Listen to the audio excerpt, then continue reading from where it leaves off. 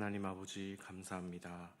우리의 삶을 주관하셔서 거주의 경계를 한정하시고 아름다운 땅 속초에 살게 하시니 감사합니다. 이곳에서 날마다 주님과 버성겨 사는 것이 얼마나 큰 축복인지를 시간이 갈수록 깨닫습니다. 이 행복을 우리만 누리는 게 죄송하여 기회 되는 대로 복음 전하기 원하오니 믿지 않는 자들을 볼 때마다 주님의 눈으로 보게 하시고 주님 마음으로 품게 하여 주옵소서.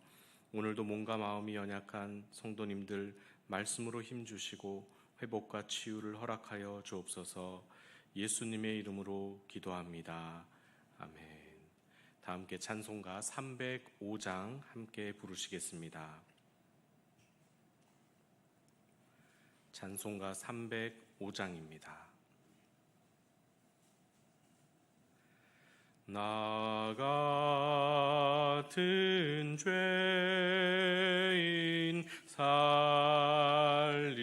살리신 주 은혜 놀라워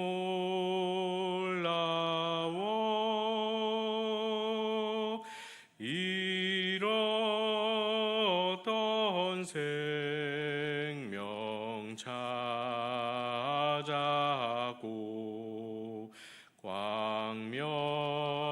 광명을 얻었네. 큰 죄악에서 건지신 주 은혜 고마워.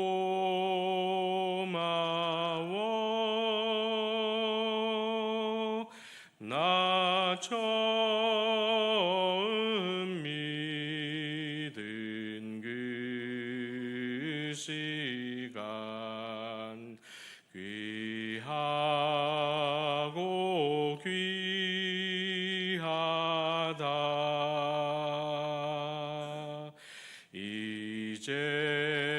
이제껏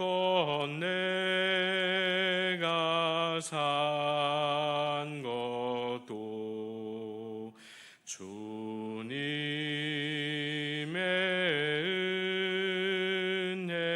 은혜라.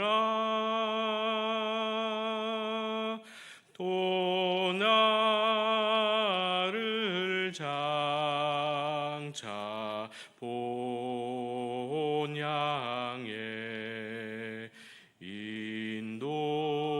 인도해 주시리.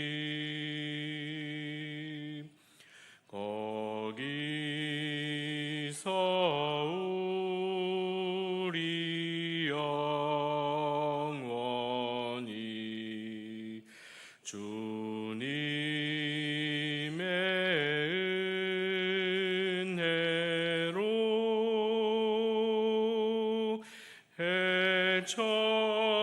해처럼 밝게 살면서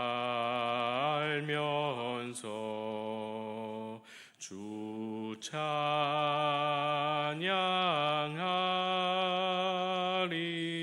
찬양하리라.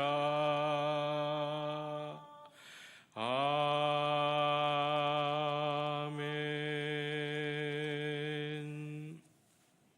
오늘 우리에게 주시는 하나님의 말씀은 사도행전 18장 1절 말씀입니다.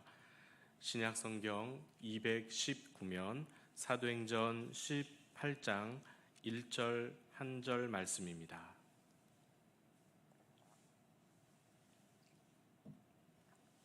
함께 읽겠습니다. 시작. 그 후에 바울이 아데네를 떠나 고린도에 이르러. 아멘. 앞서 월요일과 화요일 새벽은 바울의 고린도 선교 방식을 살펴보았습니다. 월요일은 그가 하나님의 말씀에 붙잡혀 예수는 그리스도라 밝히 증언했는데 그 날선 한마디 복음이 확실한 효과를 내려면 복음 전하는 바울 자신에게 흠 잡을 데가 없어야 했습니다. 그 대표적인 기준이 그때나 오늘이나 돈입니다. 돈 자체보다 돈이 문제가 됐을 때 흠이 되는 것입니다. 그래서 바울은 과하다 싶을 정도로 주님이 주신 원칙을 지킵니다. 아무의 은이나 금이나 의복을 탐하지 않았고 자기 손으로 본인과 동행들이 쓰는 것까지 충당하여 범사의 모본을 보였습니다. 지금도 똑같이 해야 선교가 되는 것은 아니지만 목회나 선교나 범사의 모본이 되는 일, 특히 재정 문제에 있어서 흠없이 행하는 것이 얼마나 힘든 일인가를 생각한다면 그 바울의 노력과 정신을 본받을 만합니다. 알고 보면 사람들은 예수는 그리스도라는 들려지는 내용보다도 그 뒷면을 더 궁금해합니다. 왜냐하면 말로는 무슨 말을 못하겠습니까? 그래서 복음 전하는 자는 필연적으로 자기가 전한 그 복음에 얽매일 수밖에 없습니다. 무엇을 전하든 그 내용대로 자신도 판단을 받게 됩니다. 그러나 그것이 힘들다고 뒤로는 편하고 쉬운 길을 택한다면 평생 쌓아 올린 순종이 의미 없어지겠죠. 저는 그러한 안타까운 일들을 많이 보았습니다. 화요일은 복음을 대적하는 자들에 대한 반응입니다. 예수님은 발에 먼지를 떨어버리라 하셨고 바울은 옷에 먼지를 털고 그 자리를 떠났습니다. 이 뜻을 파헤치다가 발견한 것은 도를 전하기만 하면, 즉 전도만 하면 다 될 줄 알았는데 예수님은 복음을 거부하는 자들의 최종적인 상태까지 염두에 두고 말씀하신 것입니다. 한마디로 복음 전도의 긴급성과 하나님의 심판에 대한 엄중한 책임을 고려한 것입니다. 복음을 거부한 자들이 얼마나 무서운 하나님의 심판을 받게 될지 알고 있어야 한다는 것입니다. 그래서 전도는 교회가 전체가 하는 것입니다. 누구라도 한번 와보시오 기분 좋게 초청하려면 교회가 일단 평안해야 하고 교회 다니는 것이 행복하고 기뻐야 하지 않겠습니까? 결국 복음을 거부하고 반대하는 자들을 안타깝게 여겨야 할 뿐 아니라 교회에 발을 들여놨지만 어떤 이유로 시험에 들어 교회를 떠나는 자들에 대한 관심도 필요한 것입니다. 교회가 맞지 않아서 옮기는 경우는 그나마 나은데 교회 자체를 떠나는 것은 안타까운 일입니다. 그것은 우리 각자가 하나님 앞에서 먼저 거룩한 삶을 회복한 후에 그들을 예수님께 잘 이끌어 주어야 할 문제입니다. 그런 의미에서 오늘 본문에 나오는 고린도라는 도시는 바울이 전도하기에 정말 쉽지 않은 토양이었습니다. 그곳은 모든 면에서 거칠고 황폐한 곳이었는데 복음에 호의적이지 않았습니다. 먼저 고린도는 지정학적으로 남부 그리스의 중요한 무역 도시였는데 서쪽과 동쪽 두 곳의 큰 항구와 연결되어 있어서 그 항구를 끼고 있는 큰 바다들의 해상 무역의 요충지였습니다. 당연히 막대한 부가 쌓였습니다. 선박, 무역, 금융이 발달하고요. 많은 외국인들도 이 도시에 몰려들었습니다. 그래서 당시의 인구가 약 50만이었다고 합니다.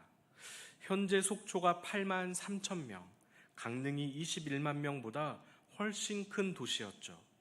그런데 그 50만 중에 자유민들, 자유롭게 다닐 수 있던 사람들이 약 30%, 나머지는 노예들이었다고 합니다. 그러나 이 무역도시가 점차 유흥과 쾌락의 도시로 변질되었는데 원래부터 고린도 안에는 수많은 신전들이, 제사하는 신전들이 있었습니다. 남신과 여신 모시는 신전들, 아테나, 아폴로, 포세이돈, 헤르메스, 또한 에스큘라 피우스, 만신전, 그리고 가장 유명한 사랑의 여신 아프로디테, 즉 비너스 신전이 가장 큰 문제였습니다. 그 안에서 행하는 제사의식은 매우 무절제하고 음란했는데 전성기에는 무려 1,000명이 넘는 여사제들이 있어서 이들과 성관계를 맺는 것이 제사의 방법이었습니다. 그러니 공창이 버젓이 횡행했습니다. 그러면 어떻게 될까요? 당연히 도덕적이고 성적으로 타락하는 것입니다. 그래서 당시 사람들이 고린도인이 되다, 고린도인처럼 행하다라고 하는 것은 그 사람 매춘하는 사람이다, 그리고 간음하는 사람이다 라는 말과 같이 쓰였다고 합니다. 바울이 이 고린도에서 로마서를 썼다고 알려지는데, 아마 로마서 1장 중반에 나오는 엄청난 죄와 타락상에 대한 것은 바로 이 음란한 고린도의 모습을 반영한 것이 아닌가 어떤 학자들은 주장합니다. 요즘 양양이 핫플레이스입니다. 올해 집계로 동해안의 대표적인 피서지 6곳 중에 양양만 피서객이 17% 줄었다고 합니다. 나머지 다른 곳은 모두 증가했는데, 원래 양양은 서핑 성지였지만 요즘 서핑족은 많이 줄어들어서 서핑샵들이 문을 닫고 있다고 합니다. 그러나 이제 양양은 음란 성지, 헌팅 성지, 원나잇 성지로 불리우기 시작한다고 합니다. 지금도 뉴스에 계속 보고되고 있습니다. 그래서 인터넷 게시판에는 음란 성지 양양 갔다 온 사람은 문란하다, 이렇게 알려지고 있고, 애인이 있으면 절대 양양에 보내지 말아라. 결혼 상대가 양양 다녀왔다고 하면 믿고 해라, 믿고 걸러라, 이렇게 말한다고 합니다. 실제로 밤새 먹고 마시고 소음과 주차 민원이 극심하고 쓰레기가 넘쳐나고 있으며 아무 데서나 애정행각을 벌여도 전혀 부끄러워하지 않는 곳이 되었다고 합니다. 여기서 차로 30분이면 가는 곳이 이렇게 바뀌고 있다고 하니 이젠 서핑하면 양양이라고 할 수 없는 것이죠. 안타깝습니다. 그렇지만 반대로 신선한 뉴스도 있습니다. 양양 서핑 해변에 샵을 낸 한 청년 사장님은 호주에서 신학 공부를 마친 목사님입니다. 한국에 와서 교회 밖 교회 운동을 거기서 시작했는데, 교회의 건물과 조직을 먼저 갖추는 것이 아니라 기독교 신앙의 본질과 영성을 서핑을 하러 온 청년들을 대상으로 가르친다는 개념이죠. 낮에는 서핑을 배우고 저녁에는 시편을 함께 묵상하며 청년들이 함께 나누는 프로그램을 운영하고 있습니다. 또 내년에는 하와이에서 활동하는 크리스천 서핑 전문가들이 그곳에 올 것인데, 서핑 전도 캠프를 내년 여름에 기획 중이라고 합니다. 믿음 안에서 보면 참 긍정적이고 도전적인 청년들이 그곳에 있다고 하니 기도하게 됩니다. 속초나 양양에 놀러온 목회자들이나 청년들이 있다면, 주말에 교회를 찾는다면 저는 아마도 그 해변에 가서 거기서 함께 주일 예배를 드려보라고 권하고 싶습니다.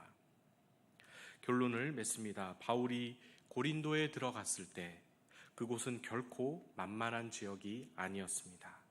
개인과 팀의 생계를 책임져야 하는 문제부터 도시 전반에 깔려있는 비도덕적이고 음란한 문화들, 그리고 막대한 부와 수많은 외국인들이 가져온 이질적인 문화와 종교들, 그래서 실제 고린도에서 발생했던 복합적인 여러 문제들까지, 그곳에서 예수는 그리스도라 밝히 증언했던 바울과 또 그를 통해 믿는 자들이 생겨나는 것을 보면서 오늘 우리가 사는 이곳 속초에도 교회가 그런 복음의 사명을 잘 수행하기를 기대합니다. 교회 현관을 제가 드나들 때마다 우리 교회를 쳐다보며 지나가는 수많은 관광객들을 봅니다. 또 컴컴한 새벽과 밤마다 정처 없이 돌아다니는 주민들을 봅니다. 그 인생이 얼마나 곤고하고 얼마나 불안할까 생각해 봅니다. 그들을 위해 기도하고 그들을 복음으로 세우고 양육할 교회가 있다는 것이 얼마나 감사한 일인지 모르겠습니다. 속초 갈릴리 교회가 그 사명 감당하는 거룩한 장소가 되기 원합니다. 특히 교회의 새가족들, 그리고 지금도 적응하고 있는 초신자들이 믿음 안에서 잘 자랄 수 있도록 기도해 주십시오. 그 역할을 감당하기에 부족함이 없도록 주님이 우리에게 넓은 마음과 사랑의 수고를 주시고 그리고 거룩한 삶의 열매들을 주시도록 기도하면 좋겠습니다. 기도하겠습니다. 지금도 많은 사람들이 진리를 모른 채 방황하며 멸망길로 갑니다. 주님 이곳에 교회를 세워주셨으니 청초호 어디를 둘러봐도 속초 갈릴리 교회만 아름답게 빛나게 하셨는데 그 전도의 사명, 복음의 사명 잘 감당하게 하여 주옵소서.